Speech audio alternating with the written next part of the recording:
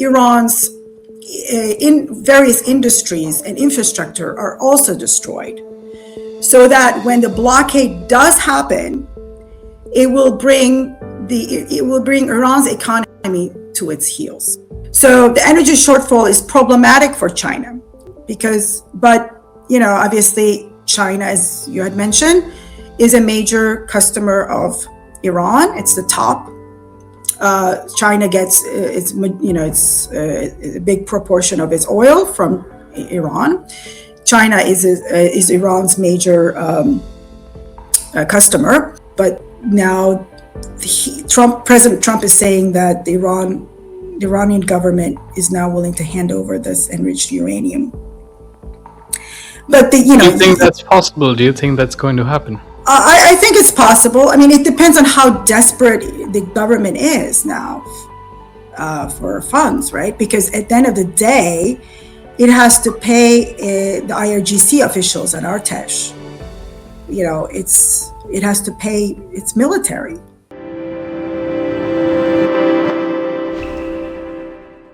Welcome to FO Talks. With me is Professor Sinem Sonmez. She teaches economics, microeconomics, and game theory.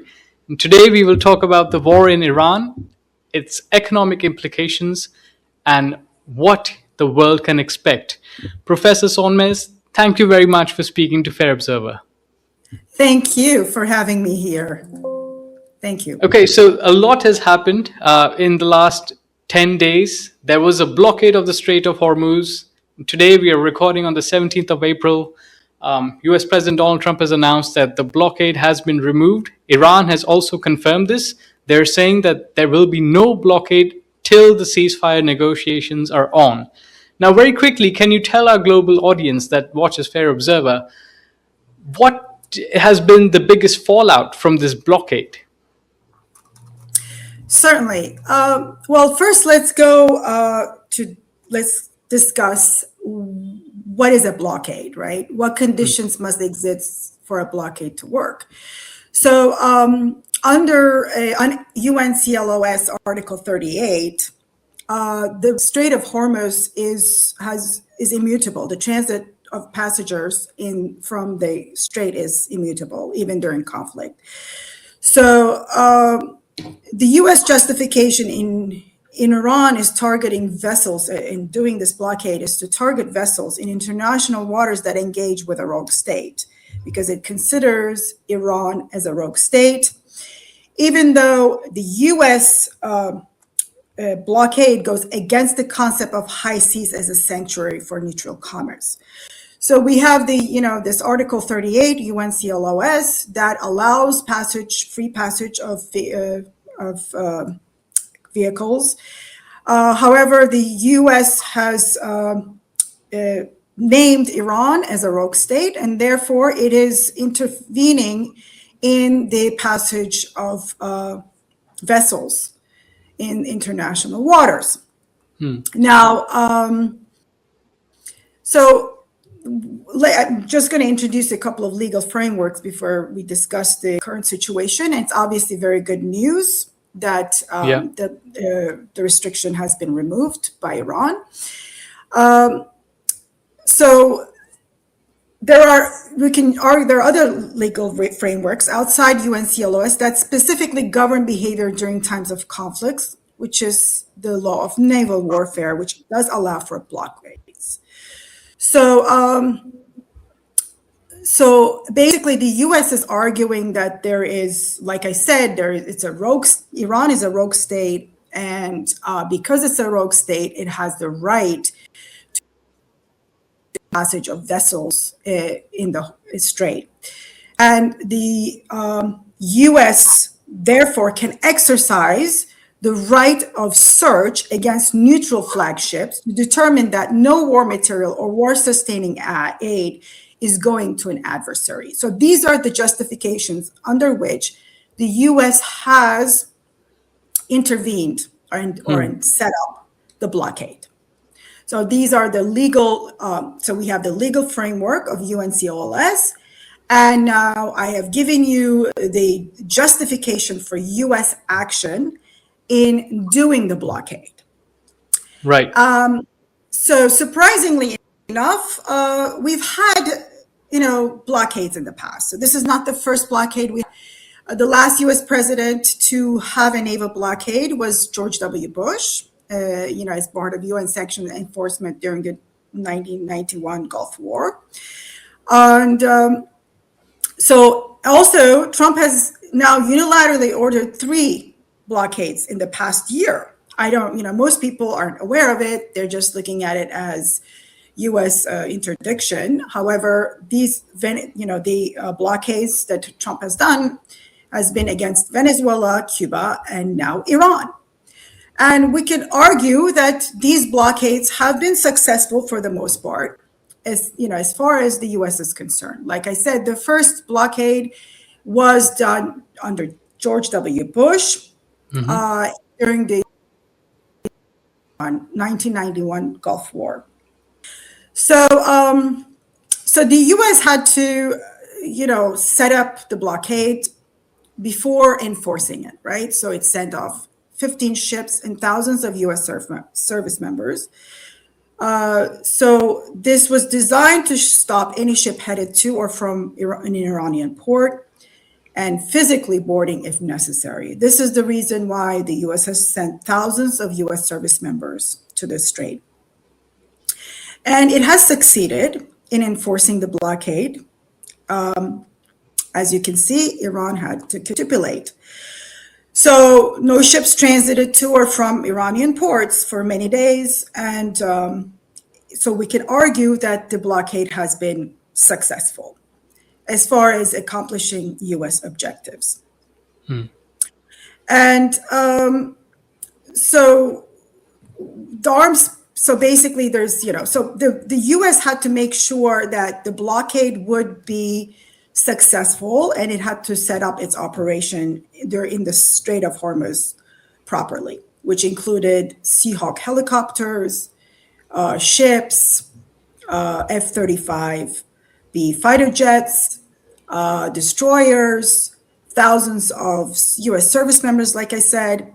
So all of these things had to be present in order to ensure that the blockade would be successful. And as you can see, it has succeeded with no problems.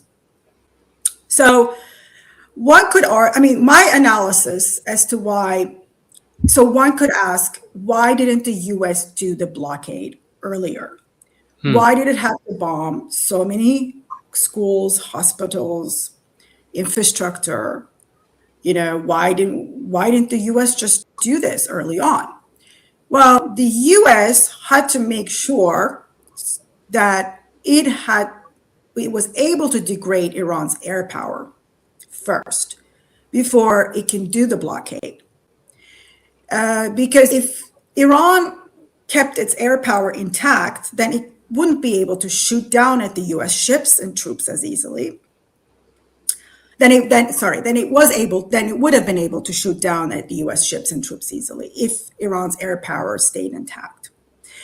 So this is one of the arguments that I can come up with as to why the U.S. had waited so long to do the blockade, right? So here's the thing. Not only the U.S. had to ensure that Iran's air power is completely degraded, but the U.S. also had to make sure that Iran's in various industries and infrastructure are also destroyed, so that when the blockade does happen, it will bring Iran's economy to its heels. This is because Iran's economy cannot afford to go on without oil revenues, and it needs foreign exchange, to buy imports. And if it doesn't get that foreign exchange to buy its imports, then its economy goes into a downward tailspin, and it basically gets hyperinflation and from devaluation. So basically, this is like a two-step approach to before having the blockade. So the US had to destroy Iran's critical infrastructure and industries in order to bring Iran's economy to a standstill. And knowing that Iran's economy cannot afford to go on without oil revenues, then it could do the blockade. So basically, okay, yeah. so do you think the United States was successful in doing that? Because there were two blockades. There was one by Iran, which prevented other Gulf nations like the UAE, Saudi Arabia, Bahrain, Qatar, Kuwait from exporting fuel and gas. And then you had the American blockade, which basically prevented Iranian export of crude oil, which was mostly going to China.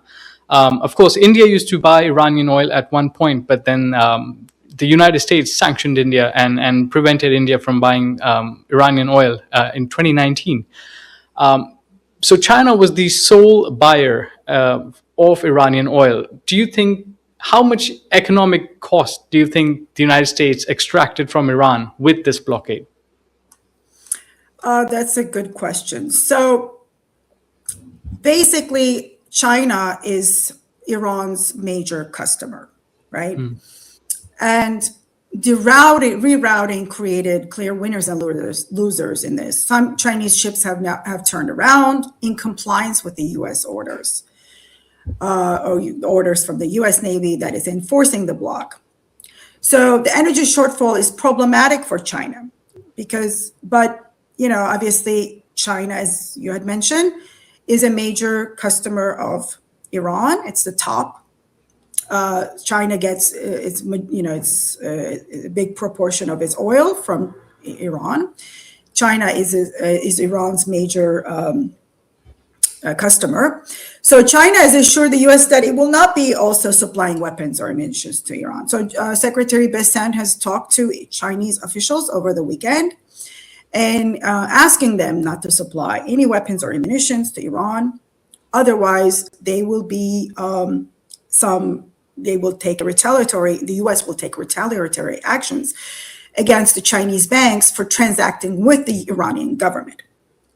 So, and China has complied, not just complied in terms of having to reroute its ships and not, and basically turning around and not being subject to the U.S.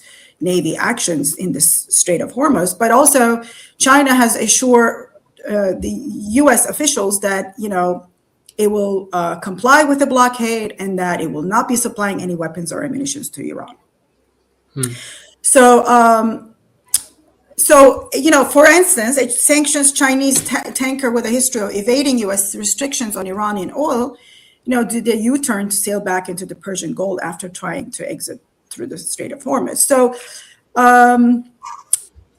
basically, people thought that Iran was going to get away with, restricting the flow of traffic in the Strait of Hormuz and charging up to $2 million for safe passage of ships which is international. Strait of Hormuz is international waters, right? So we actually thought that, Tehran would be able to get away with charging up to $2 million for safe passage of ships. However, Iran was not able to collect any funds during that time period that they announced that they were going to charge $2 million for each ship. And they said, it's citing weak management of the process. So it looks like Iran had lost total control of this Strait of Hormuz. And I think one of the things that everybody needs to know, I think it's, why did the U.S. destroy the infrastructure of Iran and so many industries and created, the damage is like $120 billion worth of damage here. So one would ask, why did the U.S., do all that if again, I'm going back to my original thesis of why the U.S. had waited so long to do the blockade. If the blockade was supposed to work in the first place, then there wouldn't have been so much destruction in Iran, right? So much destruction that is worth it over $100 billion, $120 billion or something. And a lot of lives have been lost, huge, damage. So but again, it goes back to, bringing Iran to its heels economically. And once you bring a country to its heels economically, when half of the, as many as 12 million jobs were have been lost. And then, so the bombing of production facilities in the middle of a deep recession with a fast depreciation currency, obviously, will then even exacerbate unemployment more, particularly among the working class. And there was supply shortages, job losses, all of these things are happening at once. And then you do the blockade. Then Iran will have no choice but to capitulate. So this was done, in my opinion, strategically. It was kind of planned so that to make the Iranian government be desperate for negotiations, and that it's actually forced the Iranian government to come to the table. So oil accounts for 13% of Iran's GDP. And so right now, so basically it's all of its, a lot of its infrastructure has been destroyed. Many industries have been, destroyed or shut down, and half the country, let's say, is unemployed. And oil accounts for 13% of Iran's GDP. So now it's in a desperate position to come to the negotiating table. So if U.S. just did the blockade without doing any of the bombings, it's not that I'm encouraging the bombings or that I have been supportive of the bombings, but I'm assuming that, without the bombings, then it would have just been, then Iran may not have been weak enough to come to the negotiating table and capitulate to all of U.S. demands, which I'll go into later what they are. So now it's forced into negotiating with the U.S. on U.S.'s terms, is what I'm trying to say. Before this recent announcement, Iran, on the free passage of vessels in the Strait of Hormuz, Iran actually had 2 to 3 weeks to work out a deal with the U.S. Otherwise, it would have had to shut down its oil productions because of the storage capability, right? So it has enough, storage for 2 to 3 weeks, but it cannot store any more oil beyond 3 weeks. So even without Iran coming to the negotiating table now, it had maximum of 3 weeks to work out a deal with the U.S. is what I'm trying to say. Because of the storage capabilities running low, and the blockade was costing Iran approximately $435 million a day, including $276 million in lost exports of mostly crude oil and petrochemicals. So it was going to have, Iran was already weak before the blockade, with so many people losing jobs. So 12 million jobs, nearly half of Iran's workforce were at risk from furloughs or layoffs. By the way, this is cited by a former official in Iran's Social Security Organization. The disruption to the steel industry alone threatened 5.5 million jobs, along with an additional 1.2 million jobs at risk in petrochemical and pharmaceuticals industry. So, and as far as the U.S. went, as far as the U.S. was concerned,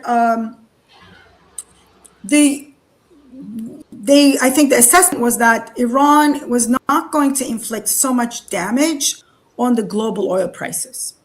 I mean, they've run an analysis on this, some economists, because, and their analysis suggests that Iran is a relatively small supplier of oil to global markets. So taking it offline, which happened during the blockade, should not push the futures contract anywhere above $120.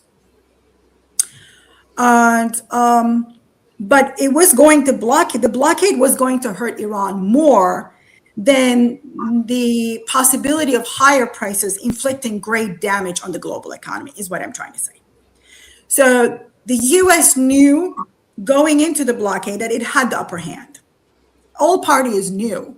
I mean, they know it. The Iranian government also knew that they have a weekend to play with when the blockade was in effect, because so Iran doesn't control the oil prices that much in the near term. In the long term, obviously, if the blockade continued, then that would have dealt a heavy blow. But in the near term, Iran was going to be bleeding cash, essentially, because they didn't have the foreign exchange reserves to buy their imports, and without having enough foreign exchange reserves, then there would be devaluation, and the devaluation would bring hyperinflation, job losses, serious economic crisis, worse than what it went through already. Its economy is already damaged, and it was going to be like double the impact of what it experienced during the war, essentially. So Iran runs on cash generated by oil exports. And so if we lean on this money machine, that sends the economy into a tailspin. So they had to negotiate. I mean, these are comments that other economists have made as well, so I'm not the first to say this for people out there. So basically, without cash for imports, there is no, without dollars or euros for imports, there's going to be devaluation of the currency, and then hyperinflation ensues. So they knew this, and I was not surprised that Iran would come to the negotiating table so fast, because the economic conditions were working against Iran's favor. And, they couldn't even monitor the strait and collect $2 million on each passage of vessel. So, okay, I don't know if I had answered your question. I mean, so basically, there's still a lot that is uncertain, right? But so there's a lot of uncertainties, and but as far as the U.S., the U.S. had made all these calculations ahead of time, I'm sure, is what I'm trying to say.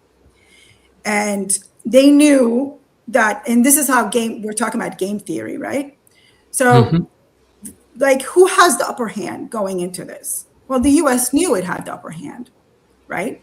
Because, like I said earlier, Iran did not have much of an influence on oil prices in general in a few months. Now, if the blockade continued for 6 months, so that's a different story, right? But in the interim, like for the first month or two, taking Iran's oil out of the oil market would not have caused severe damage to the global economy. But if the blockade went further out, like let's say beyond 3 months, then we were talking about oil price that's above 120. And so that would have been been a bad situation for the global economy. Right. Professor Sonmez, I actually want to transition to that, because yes, the points that you've talked about are indeed true. Iran's economy was hurting even before the war began. I mean, Iran has been under sanctions since Donald Trump left the JCPOA, the Joint Comprehensive Plan of Action, basically the first nuclear deal. And he did that in 2018. He slapped sanctions on Iran. Iran has been struggling since then. In fact, not many people know this, but Iran has two currencies just to balance its economic woes. They've got the Iranian rial, they've got the Toman. And so Iran has struggled with economic problems for at least half a decade. And this war was taking a bigger toll on them. And that kind of explains their attitude going into the war, because when they were struck by the United States and Israel, their instant reaction was to strike other Arab countries. It was to strike the UAE, it was to strike Saudi Arabia, Bahrain, Qatar, and Kuwait, even Oman, a country that was largely neutral in all of this. And Iran's reasoning for that was, if we're going down, we're going to take the entire region down with us. So in terms of economic cost, yes, Iran has paid heavily, but how much has the region and the world paid because of this war? With so many countries like Pakistan, India, China not even being directly affected without even being directly involved. So the world has paid a price for this war. Can you tell us about that? Yeah, sure. Just before I answer that question, I wanted to tell you that the calculations were made in the US, I presume, that with the blockade in effect, the oil price was expected to rise anywhere between $114 and $120, $23 for a short period, which is like a few months. And that is something that the global economy was expected to absorb. Now, if the oil prices went up beyond $125, then that's a different story. Then that would have dealt a heavy blow to the global economy. But now the thought process was that anywhere, that Iran's blockade Iran would capitulate, would be forced to capitulate, because its economy depends on oil revenues. Like I said, 13% of its GDP is based on oil. Now, it cannot go beyond 3 months without getting those oil revenues. Given the fact that its economy is already in shambles, it's in a disaster situation. With its infrastructure being destroyed, and many industries that have been shut down, loss of jobs. There's like half the country that's unemployed, and so it wouldn't be able to last. It wouldn't have been able to last beyond 3 months at most. And the calculations were made based on that. And that's why Trump kept saying, I expected oil prices to be more. And, he wasn't, so he basically thought, everybody thought that this is something that the, global economy can absorb in a short period, because the danger becomes after 3 months. And China also had enough reserves for up to 3 months, by the way. So China's economy was set in terms of oil supply for 3 months. Beyond 3 months, they would have had to scramble. But so there was no concern there for them. So this is something, like I said, the US had the upper hand in this, and Iran was in a weak position, and it continues to be in a weak position. So going back to your question about, inflicting heavy damage to the regional partners, the US, GCC countries, and that, it's obviously you just mentioned that Iran wanted to bring the regional, countries down with it, because it's going down, right? It's being attacked, and the regime is being attacked. And so they wanted to inflict damage on the other countries that are around it, right? The reason why Iran attacked the GCC countries is really because of the US bases. So Iran has been, of course it has attacked, the drones have attacked residential areas as well, and Some industries, right? Some have been attacked. Airport of Dubai has been attacked. So it's not just U.S. bases. There's been damage. They've hit across the board.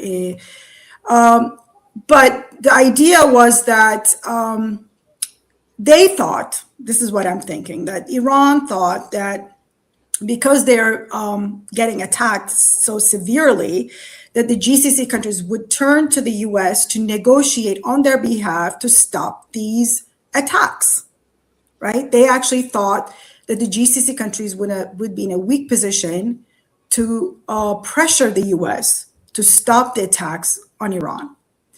But it didn't turn out that way. In fact, we have reports that MBS of Saudi Arabia actually wanted the U.S. to double down on its attacks because they were getting so frustrated that, let's say, 20% of Qatar's LNG gas has been now off market because of the damage that it has sustained on its LNG infrastructure. And the same, and some damage has been done also with Saudi Arabia, but Saudi Arabia just came out and said they fixed the problems, with their infrastructure for oil. So, so it basically backfired. So, I guess Iran's calculation was, well, if we attack the GCC countries, right, the Gulf countries, they in turn would put pressure on the U.S. to stop attacking us. Well, it didn't really turn out that way because, and I think for the most part, Iran has attacked the U.S. bases in the region to make a point that it's going after the U.S. and not the GCC countries. But then, of course, the drones, attacked all over the countries.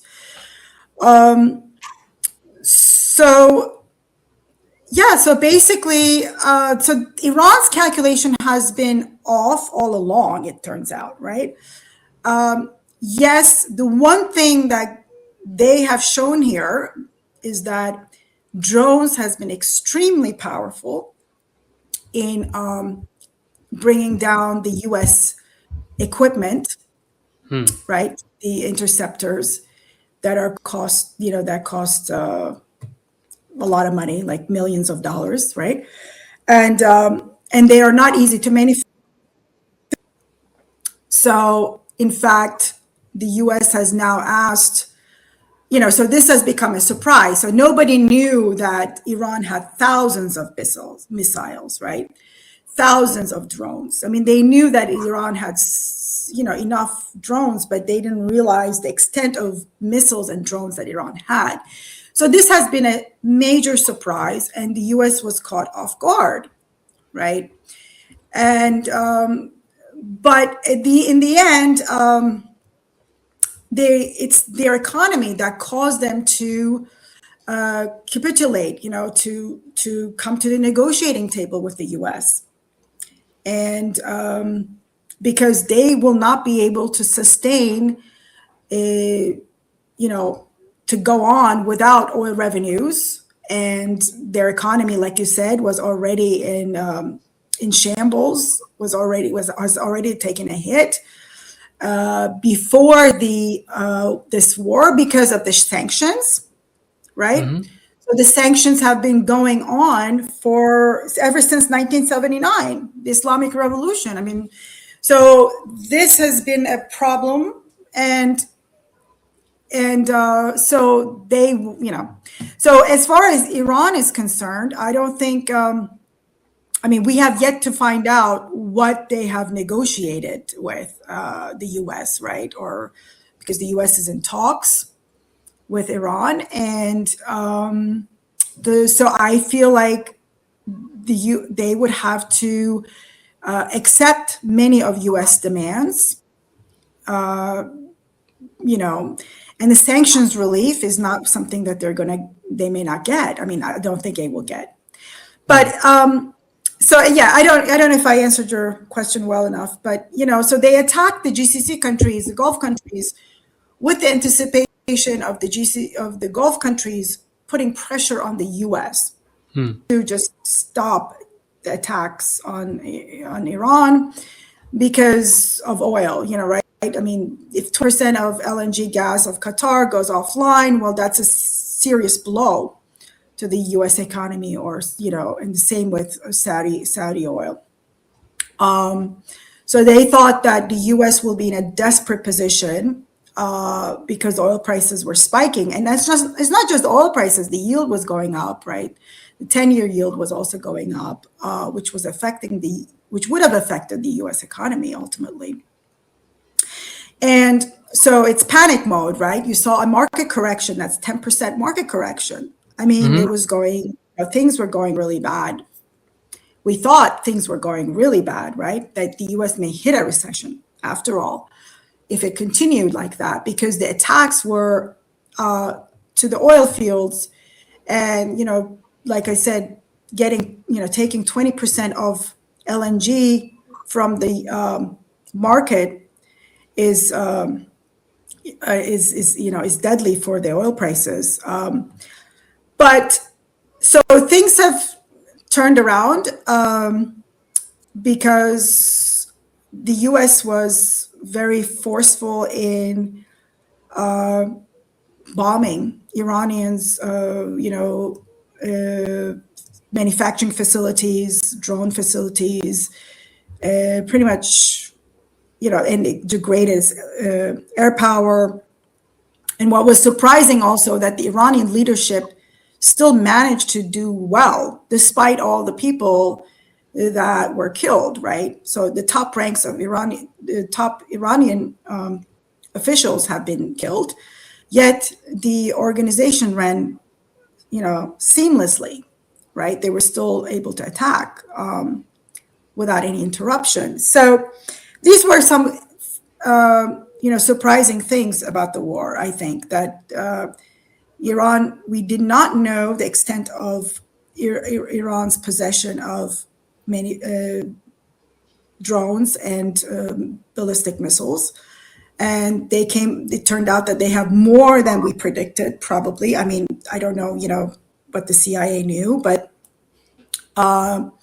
so that was shocking. And I guess I don't think the U.S. thought that they would attack the GCC countries, the Gulf countries, infrastructure. And so I think that was surprising. And then the leadership also was able to, even though the top leadership of Iran was gone, they were able to still carry out the attacks without any interruption. So, I mean, Oman is a country that was a peacemaker, right, between Iran and the U.S., and Oman got attacked. Like Turkish bases, the NATO bases, in Injur Lake, they got attacked. There was, so it's like, I mean, basically the Iranian government attacked all the U.S. bases, irrespective of their countries, to make a point that they can, that they're powerful and they can deal a heavy blow to the energy sector. But again, they were in a weaker position. So this is where game theory comes into play. Iran was already in a weak position to begin, and then it got in a worse position. So there were no sanctions relief. So the Iranian economy was already in a bad situation without the sanctions relief, right? With the sanctions in place, the Iranian economy really never took off. And then on top of that, the U.S. just bombarded Iran, like all the infrastructure, the, factories and everything else, schools, hospitals, unfortunately. Those are unfortunate things, right, that happened. But, so they got to be in a worse position economically speaking. And then, of course, they had no, even if they were dealing a major blow to the oil exporters, they still were in a weak position because they could not go on without oil revenues for more than with a blockade for more than 3 weeks. So there was capped. I mean, they should have predicted that the U.S. would have been able to do the blockade easily because it has sent in ships and all the it has all the military power that's needed for the blockade to take effect. So, and then once the blockade happened, Iran was brought to its heels. Basically, it was just there was just no way out unless China decided to cooperate with Iranians to help them out. So, what could have been a game changer is if China stepped in and provided them with weapons and financial resources and all that. But I guess China wasn't going to alienate the U.S. And, this wasn't something that they were going to engage in. I mean, there were reports that China gave weapons to Iran and weapons intelligence, and all that. But I think that there was a tremendous amount of pressure from the U.S. To China not to cooperate with Iran, and or that they themselves that the Chinese banks would also get sanctioned. So, and then I think China backed out essentially. So the only thing that could have changed the playing field would have been if China helped Iran financially and militarily. But since I think the U.S. was successful in deterring China from helping out Iran, that also didn't work out as planned for Iran. So the whole thing boils down to economics, is how I'm seeing it, basically. So Iran was in a bad position to begin with going into the war, and its position got even worse. It became unsustainable. Its economy now has become unsustainable, and it could no longer carry out this war, it realized. And that's why they've rushed to the negotiating table before the 2-week period ended, as you noticed, right? So we're not that far into the ceasefire. Yet Iran has rushed into the negotiating table, it seems like, and they have allowed free passage in the strait, which goes to show you that they're desperate for some economic relief, is how I'm seeing it. And now the problem, though, is that the regime is still intact, and I think it's bad for the Iranians to have this regime be still in power. So as far as the U.S. is concerned, I think the U.S. is going to get what it wants out of Iran. And so that could mean no enrichment for 20 years, which was one of U.S.'s demands, right? Iran asked for 5 years of enrichment, but the U.S. had said no, because 5 years of enrichment will still allow Iran to enrich uranium quickly. So 20 years is a long enough period that it will not be able to enrich uranium to bring it to a nuclear weapons level. And now Iran is, of course, left with $270 billion of damage, economic damage, which is a huge amount. And I don't think the U.S. will help out, with the fear that any money that the U.S. gives to Iran will go into the manufacturing of weapons and missiles and drones, right? So there could be a repeat of what we had just experienced if the U.S. gives any, helps out Iran to recover financially from the war as war reparations. So, well, I mean, also Obama was forever accused of releasing, $400 million to Iran, which was allegedly used by Iran to finance its ballistic missile program. So, since Obama has been chastised for doing that, I don't think the US will now ever give money to Iran directly, even if it means for war reparations. And Iran asked for sanctions relief, which it has $6 billion in frozen assets for its shipment of oil to South Korea.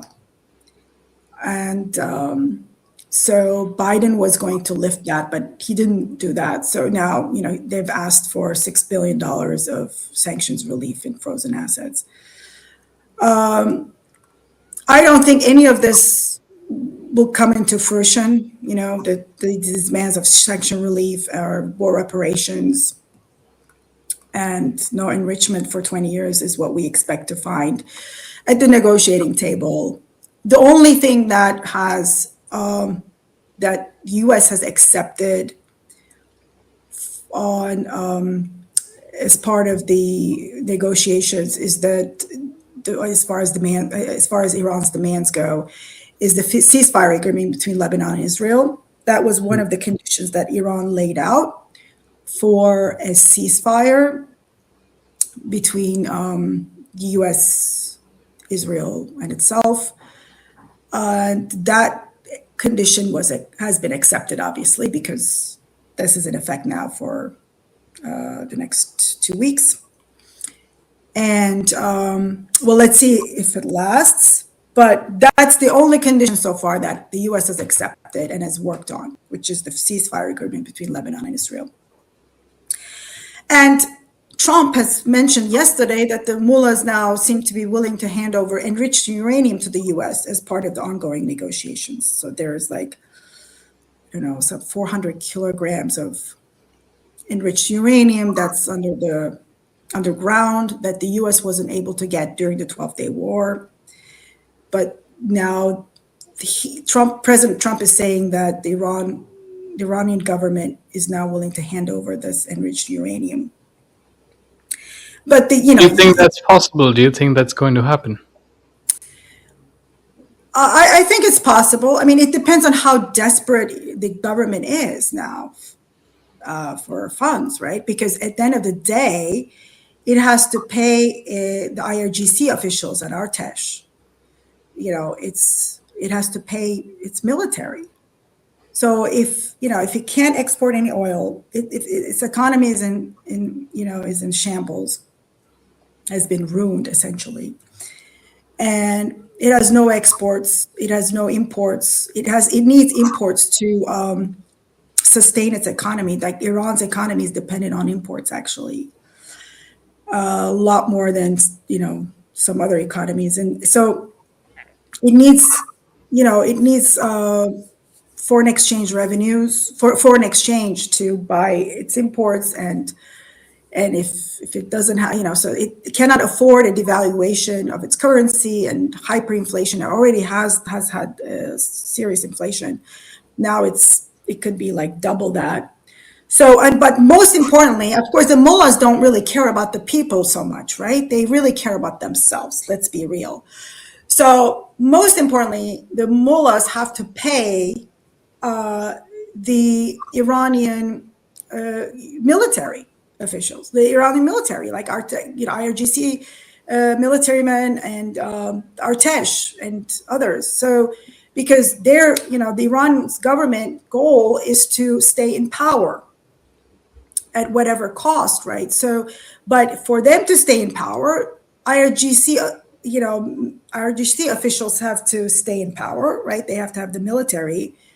And so if they can't pay the military, then they will also be out of power. So I think that they may be forced to give the enriched uranium to Trump, is what I'm seeing, because they may be desperate now for for funds So they have to have enough money to pay off their military, which without the military, then the Iranian government, doesn't exist essentially, right? So if the IRGC disbands itself, then there is no, there's no government. There's no Iranian government. There's not a theocracy. There's no mullahs, right? So for them to exist, the IRGC has to be paid, essentially. So I'm thinking that they are maybe in a very desperate situation to negotiate at all costs, and that includes no enrichment for 20 years, giving up the enriched uranium, and and foregoing war reparations for the time being, and sanctions relief and everything else is what I'm trying to do. So, Brilliant. Professor Sonmez. One other thing I wanted to mention is that, so what do we expect for the US economy or the global economy at large? So I mean, if I can comment on, where the US economy stands after this decision of having the Strait be available for free passage. Well, I guess we've all seen, even in the last couple of days, how the US stock market has reached new records, right? And U.S. stock market is important because, I mean, the world is invested in the U.S. stock market, right? It's not just Americans, but it's, pension funds, other, sovereign wealth funds. So how is it that the U.S. economy was setting a record when there was no permanent ceasefire to begin with?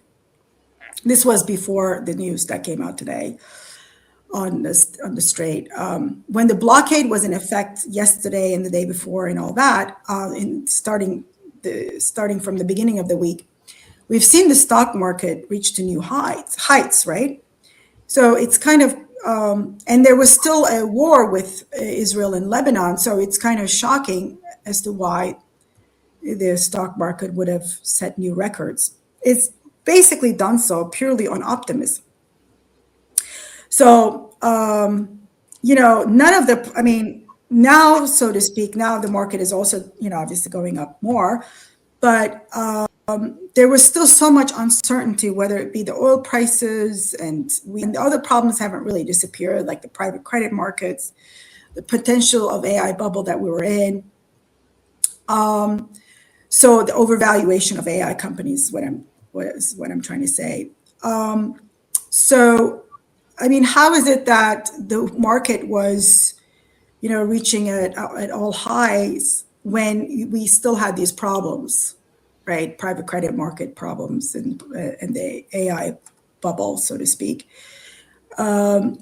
So basically, the AI bubble can be characterized as the widening gap between infrastructure spending of these major hyperscalers, let's say Amazon, Alphabet, Meta, hyperscalers, and their actual profits. So, and then we have the private credit market problem that is about liquidity and credit stress. And so several major asset managers have been forced to cap redemptions, right? Such as Apollo and Blue Owl and all of them. So my opinion is that there is really no justification for the market to reach to these heights, given the uncertainty in the oil markets, which before Iran's announcement today on the Strait, and the war that was happening with Israel and Lebanon, and obviously that being a condition to the permanent ceasefire with Iran. So basically, and also there's been a serious withdrawal of oil from the markets, since the missiles hit the gas fields in Qatar, and elsewhere. And so my opinion, my thought is on this is that, and I guess the markets were, I was reading up on this, and the markets are actually were expecting a rate cut rather than a rate increase. I mean, that's kind of crazy, right? So when you think about all these problems that we've had, so there was absolutely no reason for the markets to reach these new levels. So this has to do with, it's market euphoria. It's like the dot-com bubble, essentially. In fact, I would have thought that there would have been a rate increase if the blockade continued. I would have thought there would have been a rate increase because we would have seen higher oil prices, which would have led to higher inflation across the globe. In the U.S., what's important is what happens in the U.S. here with the rate hike. So so we were going into a bubble. We were going into a bubble territory here. It's like it's a repeat of dot-com bubble is what I have seen. So it was a bit shocking to see the market rally so much and reach these new records. And it's, obviously now today it's more justified, right?